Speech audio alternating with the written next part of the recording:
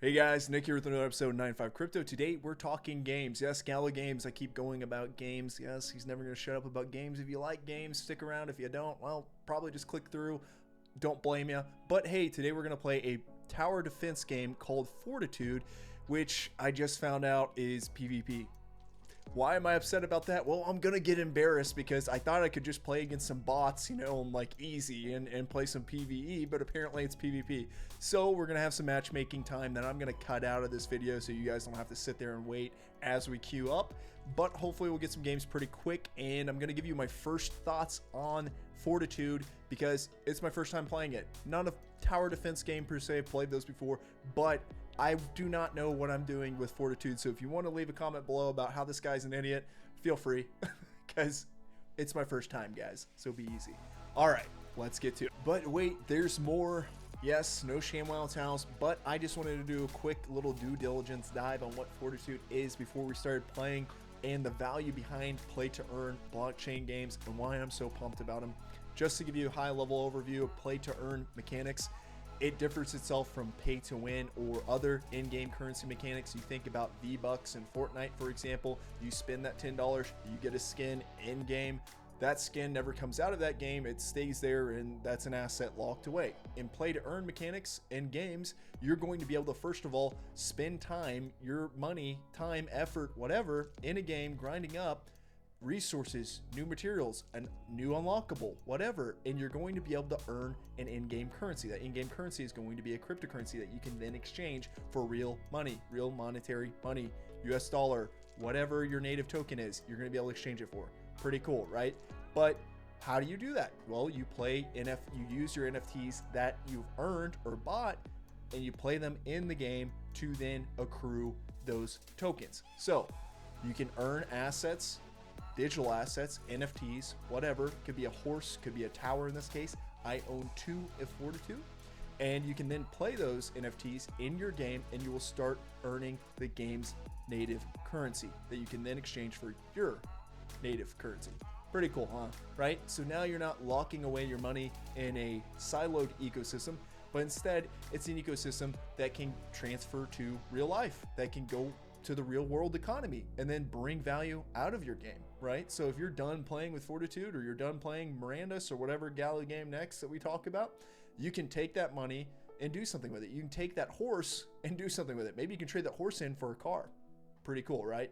And we're not paying to win. We're not paying more money to have an overall advantage over everyone else. No, we're having, skins, cosmetics, mostly things that are just interesting, that change up the game in a way that doesn't just make you win because you paid X amount of dollars.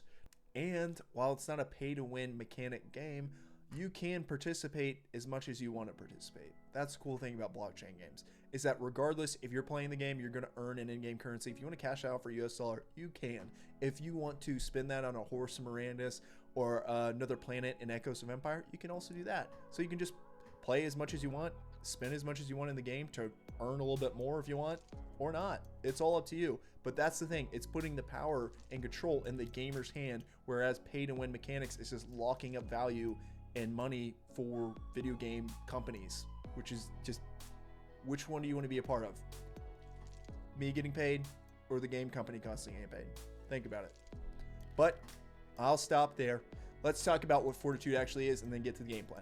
Fortitude is a PvP tower defense strategy game coming soon to Gala Games, and yes, it is soon. You can go play it right now at Gala Games, so give it a check out.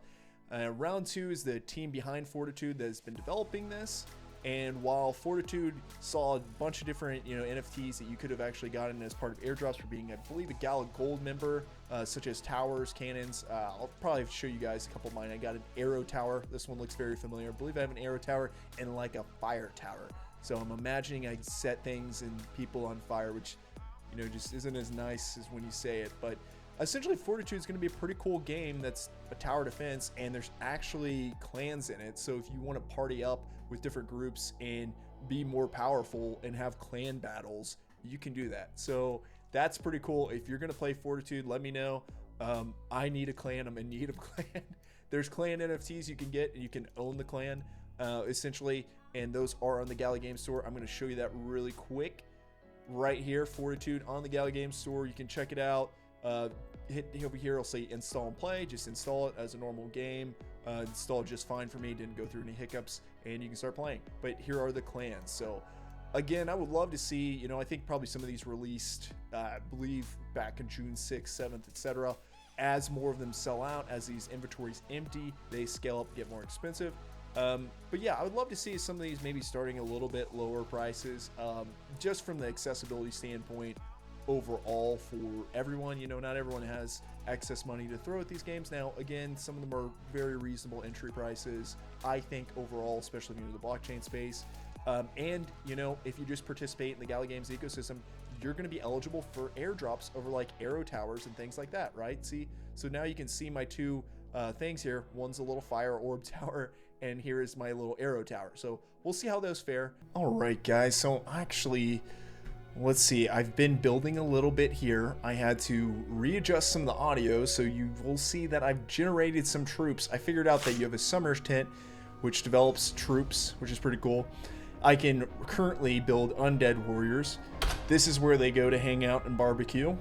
Over here, smeltery, all these kind of buildings very much gives me this kind of, if you play Clash of Clans, gives me kind of those Clash of Clans vibes, but to me it looks cooler, for one. For two, it's a play to earn mechanic game, not a pay to win one, right? So what I figured out as well is that workers over here, you can build more worker houses to reduce your queue times, right? So that's pretty cool. It's not pay to win. It's not, hey, I need to go swipe that credit card, swipe that debit card, whatever, and throw money at the game just to get my build times reduced. Instead, hey, I can just build more worker houses, reduce that build time, fortify my locations as well. So pretty cool.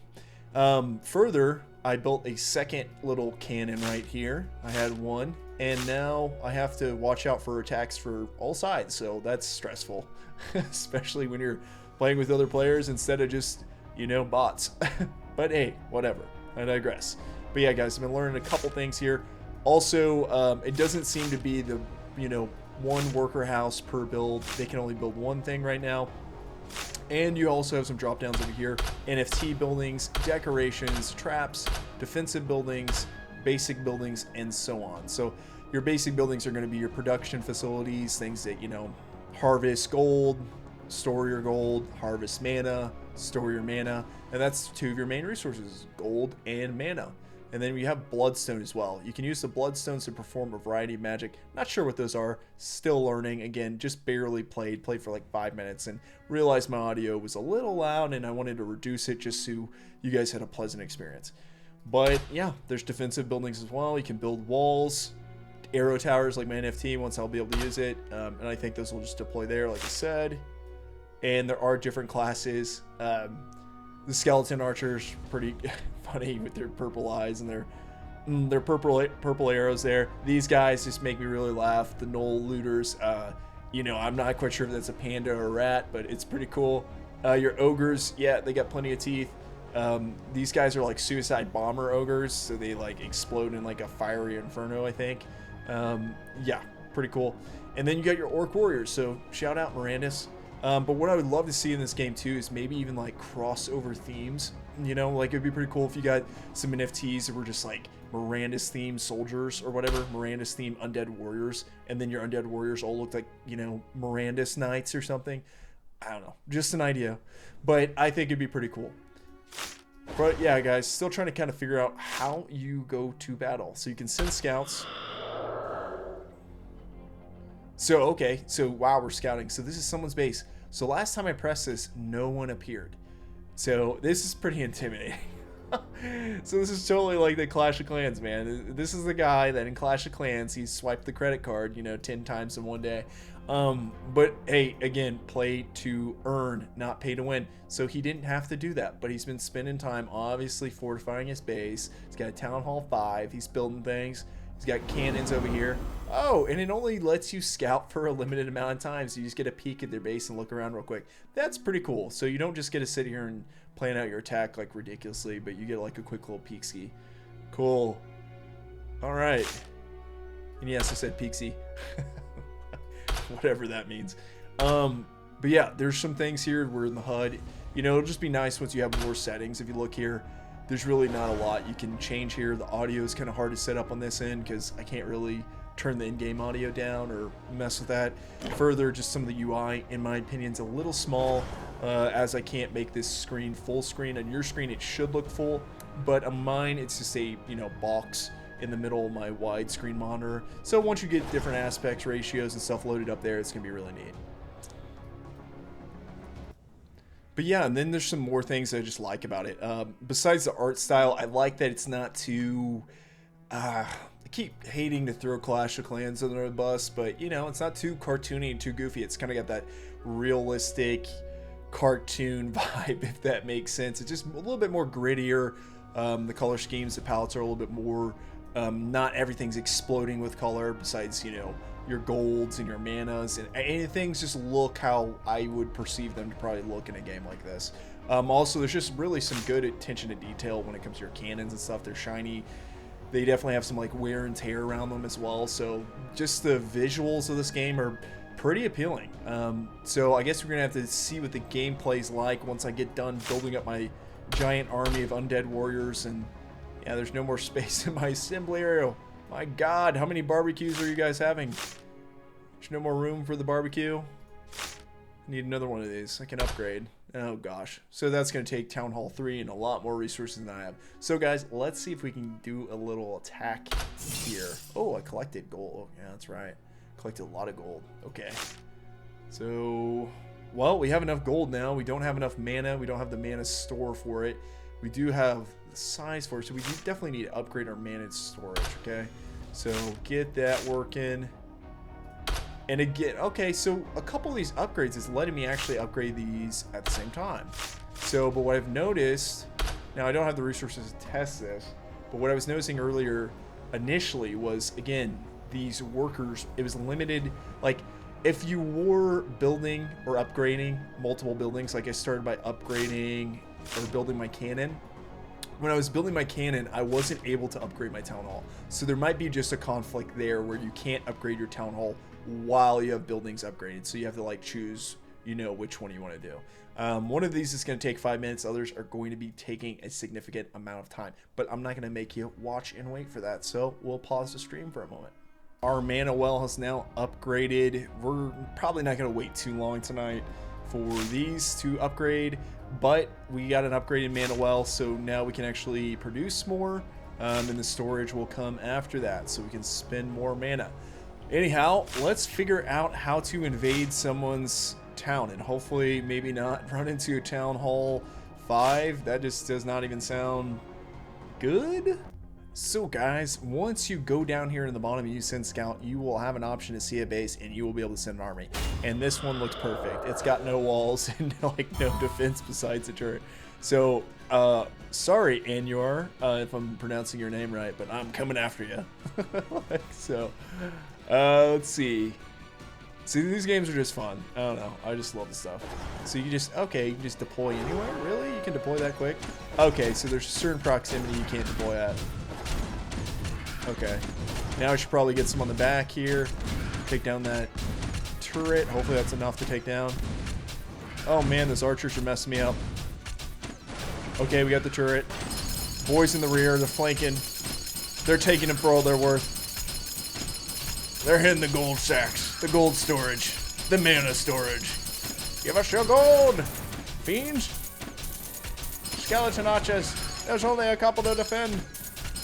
My boys are moving in, said not today. Not today, son, you're gonna learn a lesson. Okay, that's pretty cool. I like the animations too. Little coins go flying each time you smack there. Coin deposit, or gold deposit. 1 minute has elapsed. Okay, yeah, this guy, sorry, Anur, but I had to. Cool, okay, awesome. And then I just got 2 gold. 2 gold. Okay, so my attack was at 2 gold. So if I would have wiped him out quicker, we got 3 gold, which I'm guessing gives you a little bit more of a bonus here, a win condition. You have to destroy a whole town. Okay, no, so I got the whole thing. 1, 2, 3. And then I got some gold earned, some mana stone, and some crown changes. Cool. That's pretty neat. Okay, I like that. And then once you get back, you realize, oh man, I am out of troops. So okay, so that's interesting. So even the troops that survived, because I think there's like at least, I mean, you guys can go back and look, but I think there's like 5 or 6 or something around there that survived. So once you go back to your town hall, you just have to start back up, I guess, from scratch. It would be nice instead, and maybe, you know, if you could not have to restart and gather all your troops up. Instead, if you could actually like veteran them out, so as they survive battles, if they stay alive, they'll do like a, you know, hit point, like an HP point of damage extra per like veteran tier they go up. I think that'd be a really cool feature to have there. And maybe they even like look a little different or something. They just like, you know, have more paint on their face or something. Not that you could see that, but maybe they have war-torn armor or things like that too. And or maybe they can just heal and recover over time if they were previously used, and then you could reuse them instead of restarting each time, right?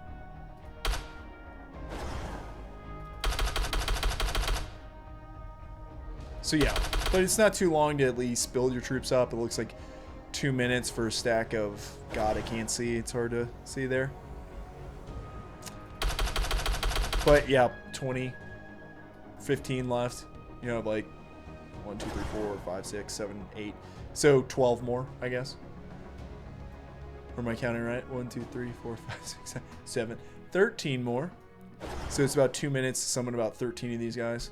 That's not too bad. All right, so now we got about 5 more seconds. The art of video. Anyway, you know, or the pause button. But now we can see that I have another 20 troops. I need to get this thing upgraded at some point, but I want these 2 to finish before I decide to, so that maybe I can get Town Hall 3 first. But yeah, I mean, I definitely need one of these bad boys. You know, I need a Sea Joker. That would be freaking awesome to send in there. Some Orc Warriors as well. You know, some Panda Rats. My Panda Rats, I need to send them in. But yeah, guys, let's try to go down to battle, send a scout again, and see what happens. Okay.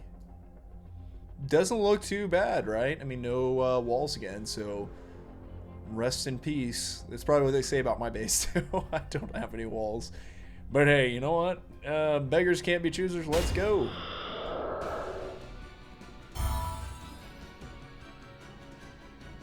Okay, so I think I'm going to do about the same strategy here. Split their forces. You know, maybe I should... I'll split the forces. No. Well, let's just do a mob. We're just going to mob. We're just going to attack their entire area right here. Just saturation. Just surround them, boys. Overwhelm them. So it's interesting, too, is that they prioritize hitting the storage deposits rather than the actual troops that are shooting them in the face. So yeah, maybe lesson learned here from some of my veteran troops that I could get is maybe they would just aggro and attack the troops first, but maybe that's just part of the game, part of the strategy, right? Clash of Clans, they kind of did the same thing somewhat, right? They attacked, I believe they attacked proximity, but they attacked walls and then they attacked buildings first. It's been a while, so correct me down in the comments below if you know. But yeah, what are you guys thinking about this game? Let me know as well. I think it's pretty cool. It's interesting. I'm actually having fun playing it. I'm not huge on the wait times in between things, but there's enough to kind of play around and build with. And as long as that doesn't like plateau to the point where you're like, ugh, gotta wait half an hour to build something, I think it's pretty cool. And then there's also at least tiers to winning here. It's not just build, you know, it's not just you win or lose. You can still kind of win halfway. Get 2 skulls or 1 skull and you still get some resources, so that's neat. Deployed soldiers, 20. So yeah, I had survivors, but we go back to base here, and I don't have any in my camp.